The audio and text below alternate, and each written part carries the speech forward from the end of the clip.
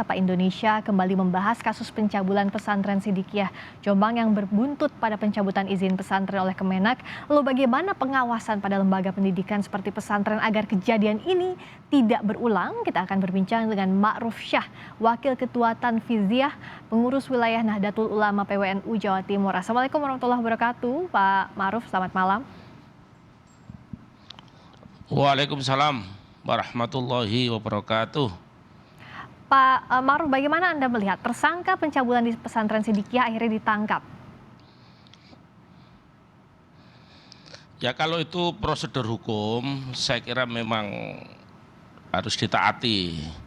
Tetapi ada catatan yang perlu kita semua pahami bahwa meskipun ini ditangkap atau sebagai tersangka, kita wanti-wanti baik aparat hukum bahwa seseorang yang tersangka itu ada praduga tak bersalah. Jadi ini penting. Sebelum ada putusan pengadilan yang mempunyai kekuatan hukum tetap, maka tetap asas praduga tak bersalah. Tapi proses hukum penangkapan ini menjadi kewenangan daripada kepolisian atau penyidikan, dan sekarang kan sudah dilimpahkan kepada jaksa penuntut umum. Oke, nah yang juga harus diawasi adalah kasus ini kan tentu jadi pelajaran besar untuk lembaga pendidikan manapun termasuk pesantren. Apa menurut Pak Ma'ruf pengawasan yang harus dilakukan atau yang bisa dilakukan khususnya di pondok pesantren agar kejadian serupa tentunya kita berharap semua tidak terulang lagi dimanapun? Saya kira begini, kita ini sudah punya Undang-Undang nomor 18 tahun 2019 tentang pesantren. Di dalam undang-undang itu saya kira jelas mekanismenya, pendiriannya, dan seterusnya. Lalu kemudian kalau dalam konteks proses belajar mengajar dan kurikulum serta tradisi-tradisi di pesantren, saya kira tidak ada yang mengajarkan untuk melakukan pelecehan seksual. Ya, sepakat. Dan itu tidak ada sangkut pautnya dengan dunia sistem pendidikan di pesantren. Jangan ada kesan bahwa di pesantren itu mengajarkan tentang perilaku yang jelek. Ini yang saya kira harus kita pahami bersama. Sebagai institusi pendidikan pesantren, kita ketahui bersama bahwa pesantren sebagai partisipasi dan pendidikan yang paling mandiri sejak sebelum kemerdekaan, saya kira ini harus kita akui bersama. Soal ada pelaku, saya kira saya sepakat juga itu harus diselesaikan. Kenapa? Karena ajaran-ajaran di pesantren tidak mengajarkan yang demikian. Ya, itu juga lah buntut kenapa Kemenak mencabut izin pesantrennya, karena dianggap bukan hanya melanggar secara hukum, tapi tidak ada ajaran agama yang mengajarkan hal demikian begitu. Apakah PWNU melihat langkah Kemenak ini cukup? Ya, jadi kalau Kemenak itu kan soal administrasi. Artinya apa? Undang-undang pondok pesantren, undang-undang tentang pesantren itu jelas diatur bahwa pesantren itu berbadan hukum, apakah yayasan atau apa, tergantung. Kalau dia menggunakan, jadi harus diuji dulu. Ini kan baru disidang, maka tiba-tiba dicabut. Kalau itu bentuknya yayasan, udah bisa dong pemerintah itu langsung nyabut-nyabut aja itu. Harus diuji dulu. Itu untuk pendidikan masyarakat. Ini kan ibarat rumah, yang itu tikusnya aja yang diambil, jangan rumahnya dibakar atau dihilangkan. Kita punya undang-undang pesantren, tolong kita kaji bersama itu. Jadi ini jangan sampai digeneralisir menjadi praktek pesantren jelek seperti itu. Saya kira ini, jadi seakan-akan kalau itu dicabut, berarti seluruh lembaga itu jelek.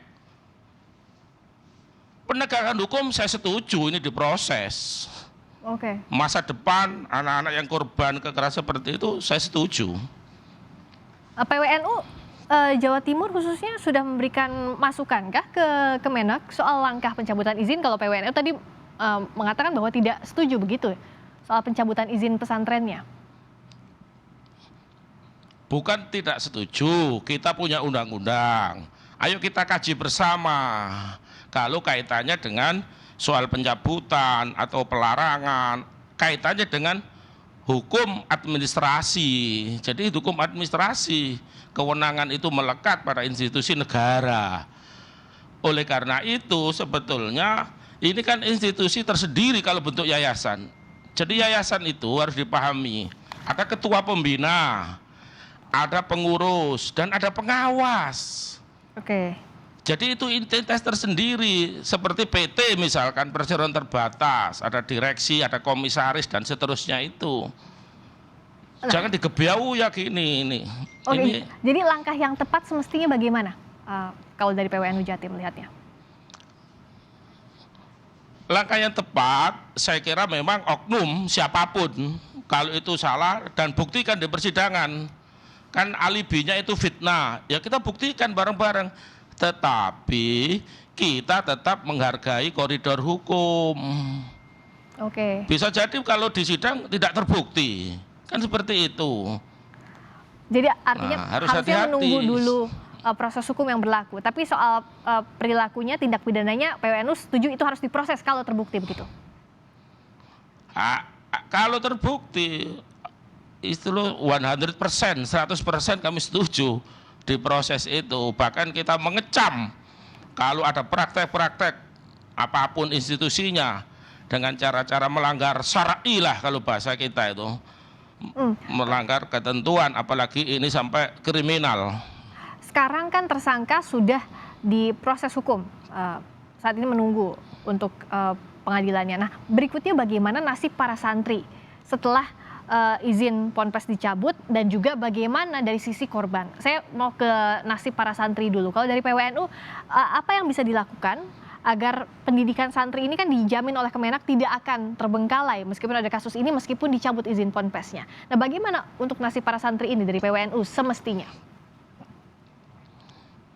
Jadi para santri yang tidak terlibat, dan saya yakin tidak terlibat dalam proses kriminal itu. Oleh karena itu ini kan saya dengar, saya juga belum data secara resmi ya, karena di pesantren Sidikiyah kan bukan anggota RMI ya, Robito Mait Islamiyah milik NU. Data-data yang saya dengar aja di beberapa media itu ada sekitar 1.000 lebih yang di dalam, ada yang di luar, karena ini kan, nah itu begini aja kalau saran saya.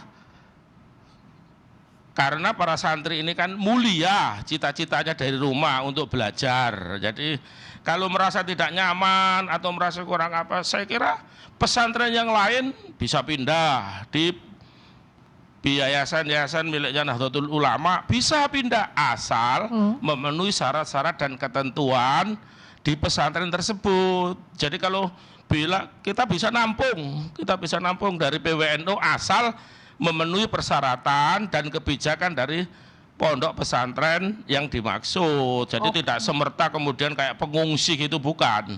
Oke. Ya. Tapi PWNU sudah siap untuk menampung ya? Ya, bukan hanya teman-teman korban yang lain kita siap. Di pesantren kita ajarkan nilai-nilai kebenaran, nilai kejujuran. Yang paling penting akhlak, sopan, santun, adab. Ini dunia pendidikan ini kan rapuh soal adab dan akhlak ini. Makanya cepat respon. Kalau itu tidak sesuai dengan kebiasaan-kebiasaan pesantren, pasti mengalami hujatan-hujatan. Tidak sekedar hukum, sanksi sosial. Sanksi sosial itu jauh lebih berat daripada sanksi hukum yang berlaku. Termasuk juga dari sisi para korban, karena mereka masih berstatus pelajar yang tentunya mengalami trauma dengan adanya pelecehan seksual ini. Kalau PWNU bagaimana apakah bisa untuk membantu trauma healing, dan siapa-siapa saja yang semestinya terlibat?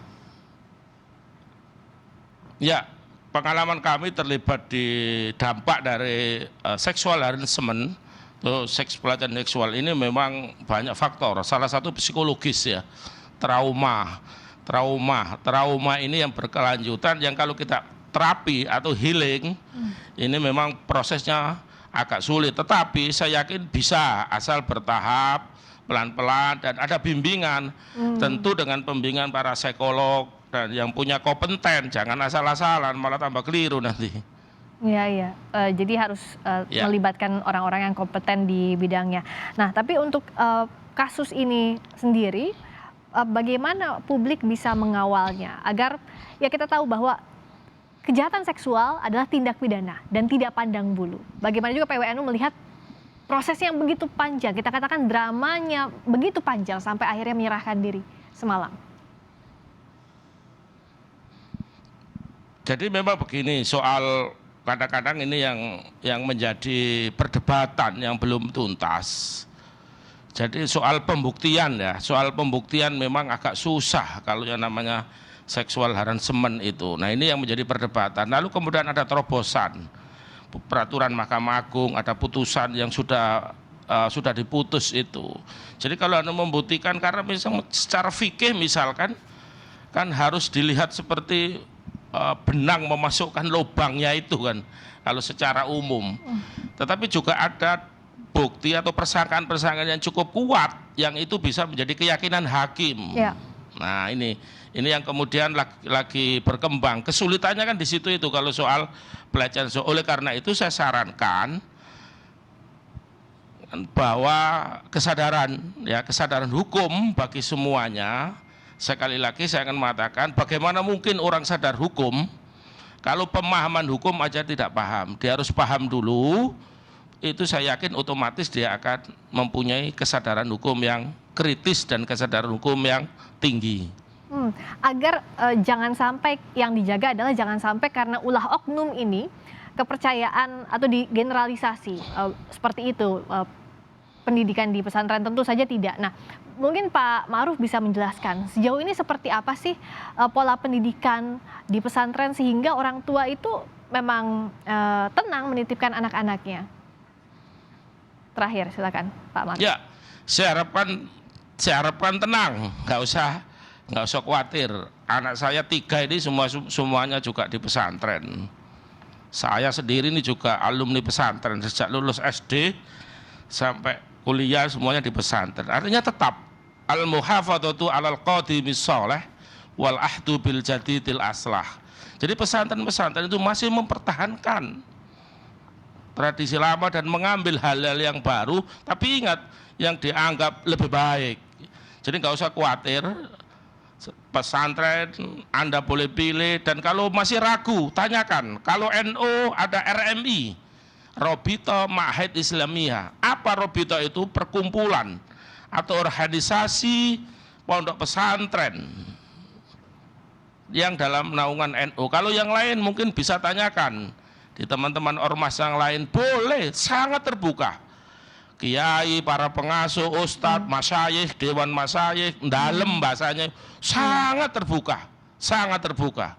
Husnunnya tinggi, husnudon, positif thinkingnya tinggi para kiai, para pengasuhnya itu. Jadi kalau Jadi nggak usah ragu-ragu khawatir. tanyakan, karena Terima kasih. berhusnuzon tentu ya semuanya juga, dan agar yakin menitipkan putra-putrinya di pesantren. Terima kasih dan kita kawal terus kasus ini. Terima kasih atas waktunya Ma'ruf Syah, Wakil Ketua Tanfidiyah, Pengurus Wilayah Nahdlatul Ulama PWNU Jawa Timur. Terima kasih Pak Ma'ruf. Wassalamualaikum warahmatullahi wabarakatuh. Sehat selalu.